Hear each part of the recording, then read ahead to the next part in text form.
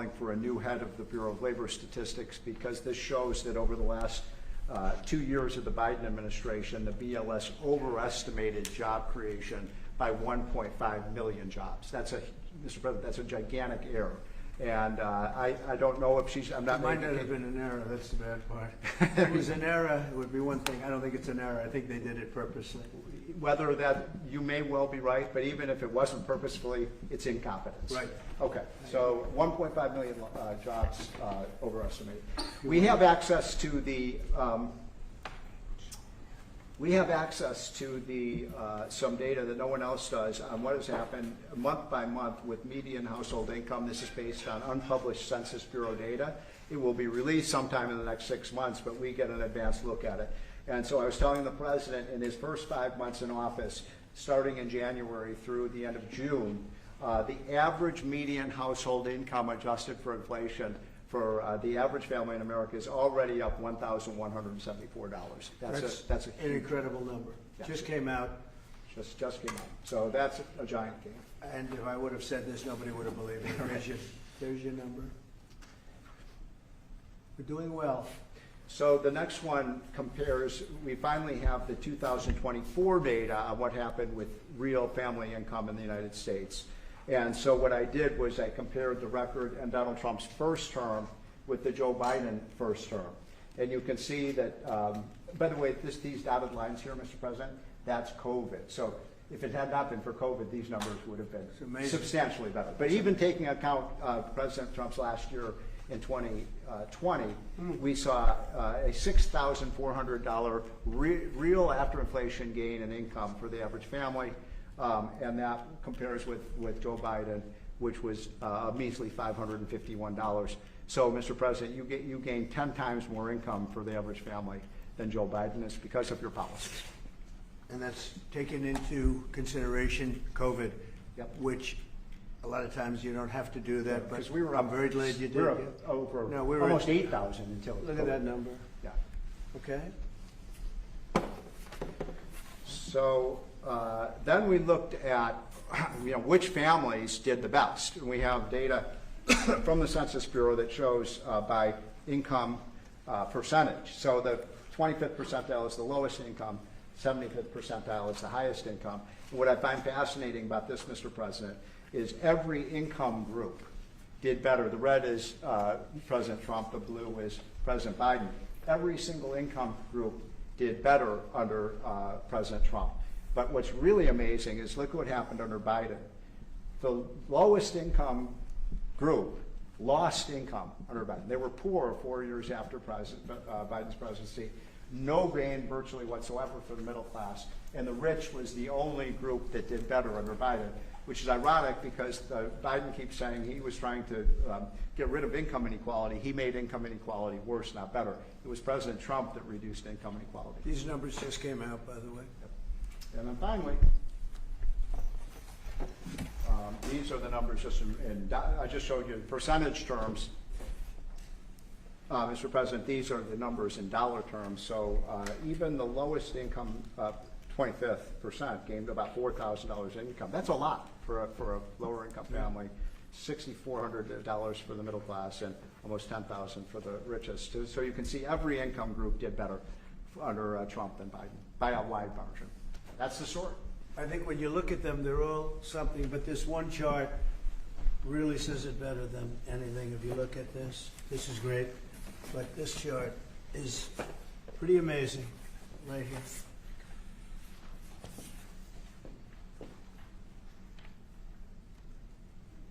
All new numbers.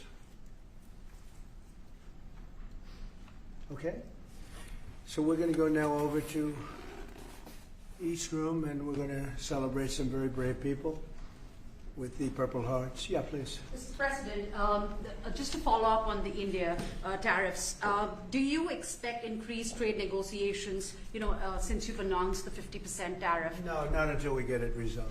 Mr. President, is your deadline for Vladimir Putin agreeing to a ceasefire still stand tomorrow, or is that fluid now that talks Say it, what? Is your deadline still standing for Vladimir Putin to agree to a ceasefire tomorrow, or is that fluid now? It's going to be up to him. And do you, We're gonna see what he has to say. It's gonna be up to him. Very disappointed. Yeah. and do you have to meet with, does Putin have to meet with Zelensky in order and before you and Putin have to meet? Or are you No, no. Are you So hoping you're for? willing to, that's actually important because President Putin said this morning he was pretty dismissive of this idea of meeting with Who President was? Zelensky. President Putin was. I don't know. I didn't hear For you him. to meet with him, he doesn't have to agree to meet with Zelensky. Is that what you're saying? No, he doesn't. No, no. So when do you think that meeting? They would like to meet with me, and I'll do whatever I can to stop the killing. So, last month, they lost 14,000 people killed. Last month, every week is 4,000 or 5,000 people. So I don't like long waits. I think it's a shame. And they're mostly soldiers. They're Ukrainian and Russian soldiers, and some people from the cities where missiles are lobbed in, and you'll lose 35, 40 people a night, which is terrible. But no, mostly it's soldiers, and you're talking about, on average, 20,000 a month. 20,000 people are dying a month. Young, generally young people, soldiers. We're going to speaking about soldiers. We'll see you over for purple. Thank you, press. Thank you, press. Thank you, press. Thank you, press. Thank you, press. Thank you, Thank you, press. Stephen Thank Moore. you, press. Thank you. Thank you, press.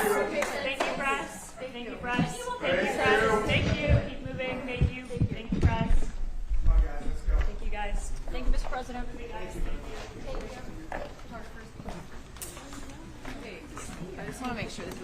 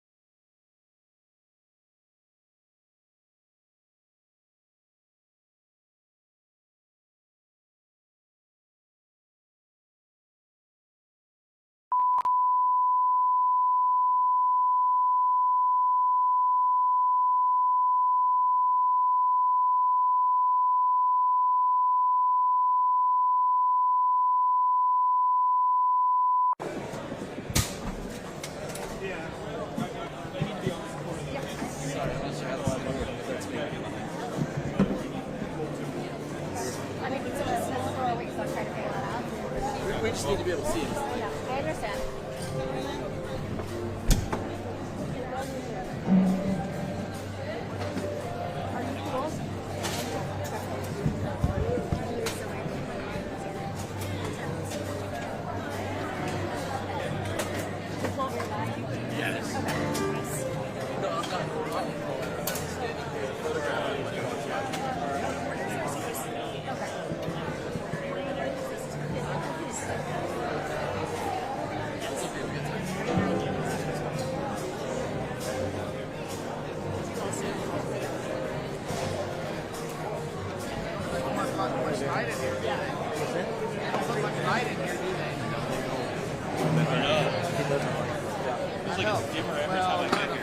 First time he just said no lights.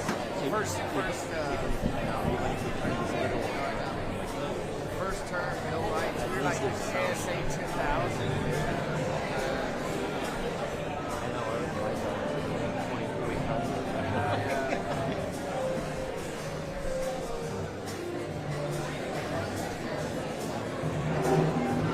My camera only goes to 2500. That's the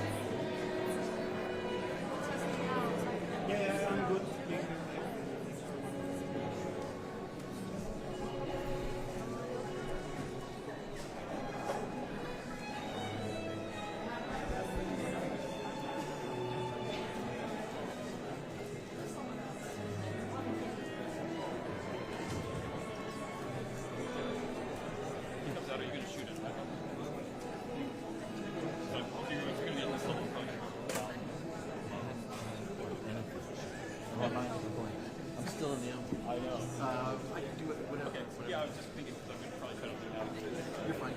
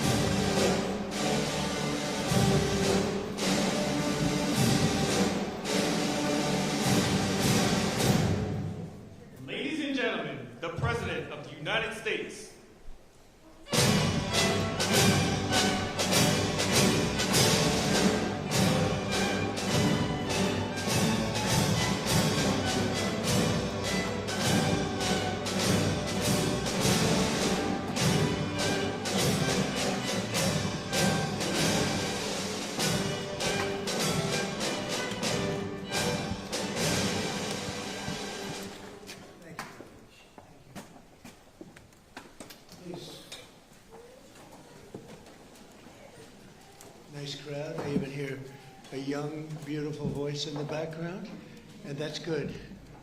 That makes us all feel young. I want to thank everybody for being here on the 200th day in office. This is 200 days already. Time flies.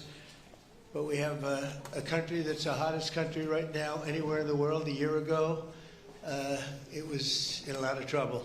It's the hottest country. And a lot of the people in this room made it that way. Perhaps the most successful and consequential first 200 days, they say, of an administration in history. So let's hope they keep saying it. There they are right there. I hope they keep saying it. But even more importantly, this is also National Purple Heart Day, and we're here to honor and celebrate the unyielding patriotism and grit and devotion to America's Purple Heart veterans. Is great emotion and great love. The Purple Heart dates back to August 7th, 1782. That's a long time, when General George Washington awarded a heart-shaped purple cloth to 3 soldiers for outstanding gallantry and service in battle. This afternoon, we're joined by dozens of Purple Heart recipients and their families, and just as General Washington did 243 years ago, today we give our everlasting thanks to you and your unbelievable families. We want to thank you very much for being here. It's my joy.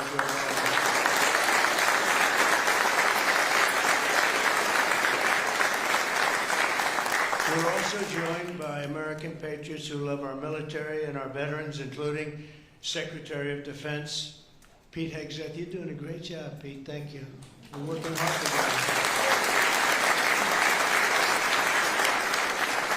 Secretary of Veterans Affairs with 92% approval rating, I hear. It's a record. Doug Collins. Thank you very much, Doug.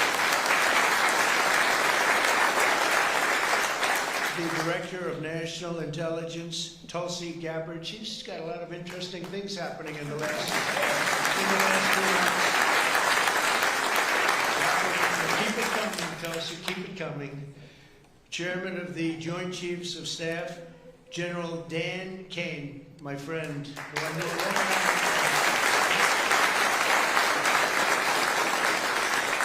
got rid of ISIS in record time. They said it was going to take 4 to 5 years. He did it in 4 weeks. That's when I said, if I get into this again, I'm going to make him the chairman of the Joint Chiefs, and that's what happened. Great job, and he did an incredible job in Iran. I want to thank you very much. Great job, General.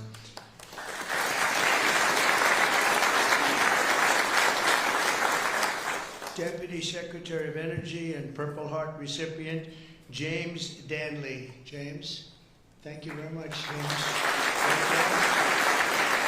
And then the Medal of Honor recipient, Captain Paris Davis. Thank you. Where are you? Where might he be? Oh, look at you. You're better looking than I am, I'll tell you that. Thank you very much.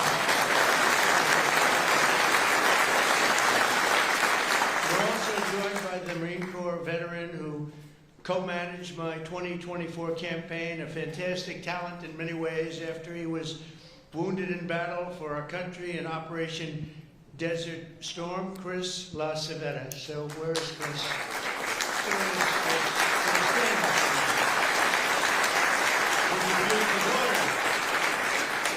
Thank you very much for being with your father. It's very nice. Every Purple Heart tells a story of courage, sacrifice, and purpose. It speaks of a price paid for the soldier beside you, the country behind you, and the generations of Americans yet to come. And we have some great generations to follow. It's going to happen. Those who wear this medal ran into bullets, faced ferocious bombs, and shed their blood on the field of battle. We will never forget what they did. We will always use them as an example of bravery and courage and strength. And we will also always think, when we look at them, of our great American flag. We want our great American flag to be strong, and it's stronger than ever. Since day one, my administration has used every power we have to fight for those who have fought for America. In 6 months, we have reduced the backlog of veterans' waitings, and that waiting list was very long, Doug, wasn't it? Huh? for the benefits, and it's 37%. So it's just, is that all you did, Doug? 37? I don't know, huh? That's incredible, actually. You're getting tremendous marks, and we appreciate it very much. We processed more than 2 million disability benefit claims this fiscal year, on track for the most ever.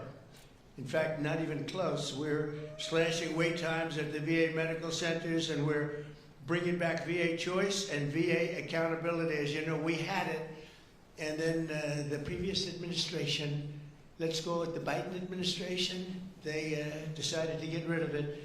And you know, choice is where if you wait in line for an extended period, or you're not going to see a doctor for a while, you have the right to go out and get a doctor, and we'll pay for it, and you get yourself all fixed up real fast. You don't have to wait 6 weeks, 8 weeks, months like they were doing. And VA accountability, I'm very proud of those. We got them passed. Actually, Doug, you were a member of Congress when we did. You helped us a lot. But we got them passed in the legislature, so they're with us forever.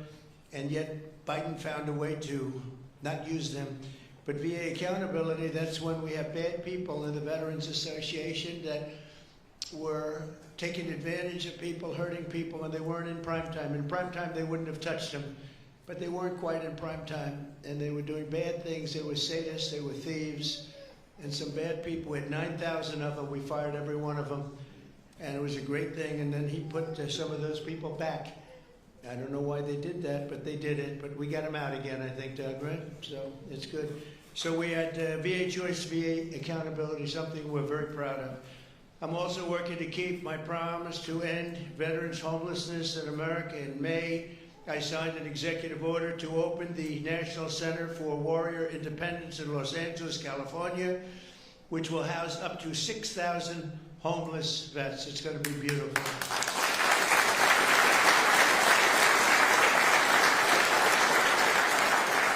Just last week, I signed the VA Home Loan Program Reform Act, a big deal, to help ensure no veteran is kicked out of their home for a late payment. If you're a little bit late, don't worry about it. And frankly, if you're a lot late, you don't have to worry about it either. You just get it in when you can.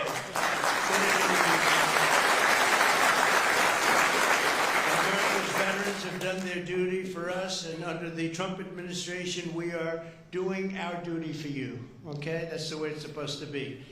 One of our brave soldiers with us today is Army Veteran Specialist Kevin Jensen. In 2008, Specialist Jensen was a gunner in a Humvee racing to support a platoon ambushed by the Taliban in Afghanistan. His vehicle was hit by a roadside bomb, flew 10 feet. He flew 10 feet up into the air and exploded in flames. The whole place was in flames, including, unfortunately, Kevin. But he suffered deep third-degree burns, and all over his body he was in trouble, big trouble. Despite the agony, he selflessly ran to the aid of his platoon leader, who was engulfed, or just absolutely, everyone thought he was gone. He was engulfed in fire. "Sir, I've got you. I've got you, sir," Kevin shouted and pulled his friend to safety. Specialist Jensen earned the Purple Heart, and he's here today with the platoon leader whose life he saved, and our newly sworn-in VA Undersecretary for Medical Affairs, Captain Sam Brown. Kevin and Sam, please stand, and I know Sam very well. Sam is great.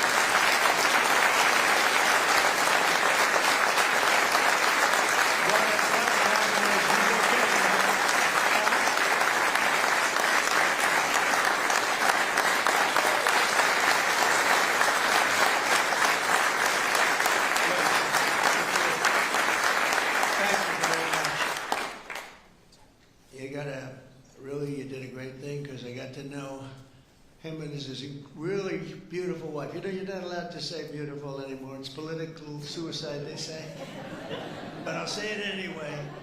And the most beautiful family you've ever seen. And I just want to thank you for having done, and you for your great bravery. It's really great. Thank you both for being here. Appreciate it. Thank you. Also with us is 24-year Army veteran Brian Willett. In 2010, Staff Sergeant Willett was conducting a resupply mission in Afghanistan when his vehicle was struck by a roadside bomb. You know who did the roadside bomb, right? Salamani. Where is he? Where is he? Where is Salamani? He was the father of the roadside bomb. They say 92% of the people who got either killed or badly hurt, it was Salamani. He was the one that did it more than anybody else by far. Leaving this person very seriously injured 7 months later, Brian's teenage son, Private Kevin Willett, who was also deployed to Afghanistan, was standing guard when insurgent forces attacked with heavy fire. The grenade knocked him out and knocked him right to the ground. He was in big trouble, but Kevin rose to his feet and successfully repulsed the attack on his camp, earning both the Purple Heart and Bronze Star for valor. And I'd like to ask Brian and Kevin to please stand wherever you may be. Hi.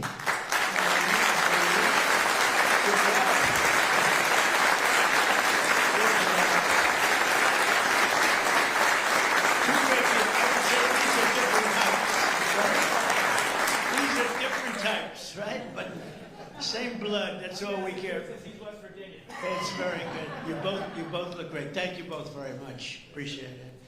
We're also joined by Marine Corps veteran Staff Sergeant Thomas Mateo, wounded 6 times during 2 tours in Vietnam. At the end of his first tour, shrapnel sliced open his abdomen and he was left bleeding, and they thought he was gone. He was on the jungle floor for a long period of time, but he recovered and chose to go back and fight. Thomas later continued to protect our citizens as police chief of Hialeah Gardens and Inverness. That's 2 good places. We love those places. We love Florida. Every time I ran there, I won, so I gotta love it, right? Set records. We have the all-time record, Thomas. And he was one of the very rare 6-time recipients of the Purple Heart. Boy, you got hit. Where's Thomas? 6 times. You gotta be kidding. That's pretty tough stuff. And look at you. You look fantastic. So did it have any negative impact on you, would you say, now that you're recovered, fully recovered, would you say? Did you get any extra aches and pains or anything? 2 prosthetic knees, sir. That's it. That's called an ache and a pain. That's right. I know. I have the whole list. It's amazing, and you look great. Thank you very much.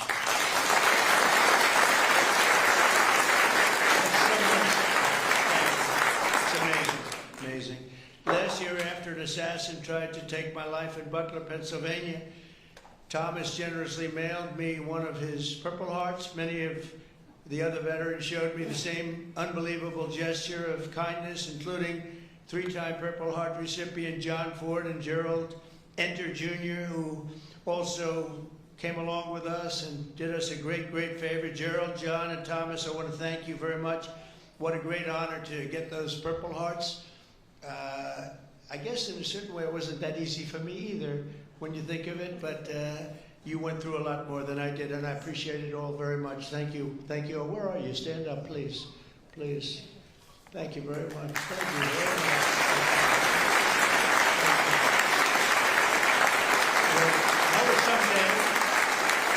That was someday we had together there, huh? That was someday we had together. Thank you both very much. Thank you all. From the very beginning, our nation's fate has depended on heroes like those in the room who placed their bodies between the enemy fire and really that fire and the American freedom that we all love so much. Because of their sacrifice today, our flag is still waving proudly, and our freedom is still safe and secure, and our future is looking brighter and greater than ever. Our country is doing really well. We're very proud of our country. We had that mission. I watched those B-2 bombers with those pilots. We had them in the Oval Office celebrating their incredible bravery and talent, pure talent. Every single bomb hit its mark perfectly. And then we had Tomahawks coming in, 30 of them coming in from submarines that were 300 miles away. They all hit their mark too. Look at this smile on you. You think that, that's your boy. Look at his smile. But pretty good, right? Pretty good. We had them and we celebrated all together. We actually had 52 tankers. Can you imagine? We had a lot of the people over to the White House, to the gardens, and it was an incredible day. It was a day of celebration. They've been looking to do that for 22 years. One of the pilots came up and said to me, you know, we've been waiting for 22 years. My predecessors because he was a young guy, but he said, we've been practicing this 3 times a year for 22 years. Who knew that, Pete? And I said, you mean you knew exactly what to do? He said, every single year, 3 times a year, we'd practice for that specific event. And you were the one that had the guts to do it, send us on our way. I said, were you happy or unhappy about the fact that I said, he said, we couldn't get into the planes fast enough, right? I said, well, you guys are different, but they're really talented people and special. We've had some incredible success. But I want to give a very special thanks to all of the Purple Heart recipients that are with us today, and all over the country and all over the world, frankly. And I'll now sign the proclamation officially declaring this as National Purple Heart Day. Very special day. Thank you very much, everybody. Thank you.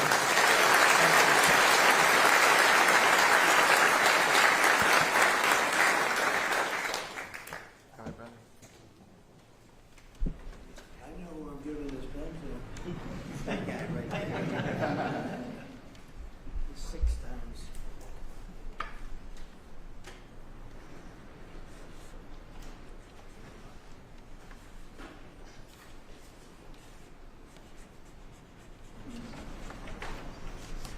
And that is not done by an auto pen.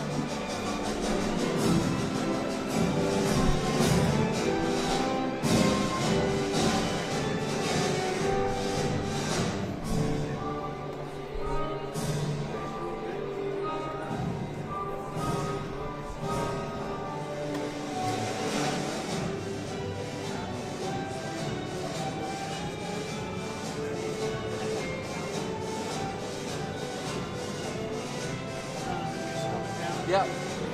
Gotcha.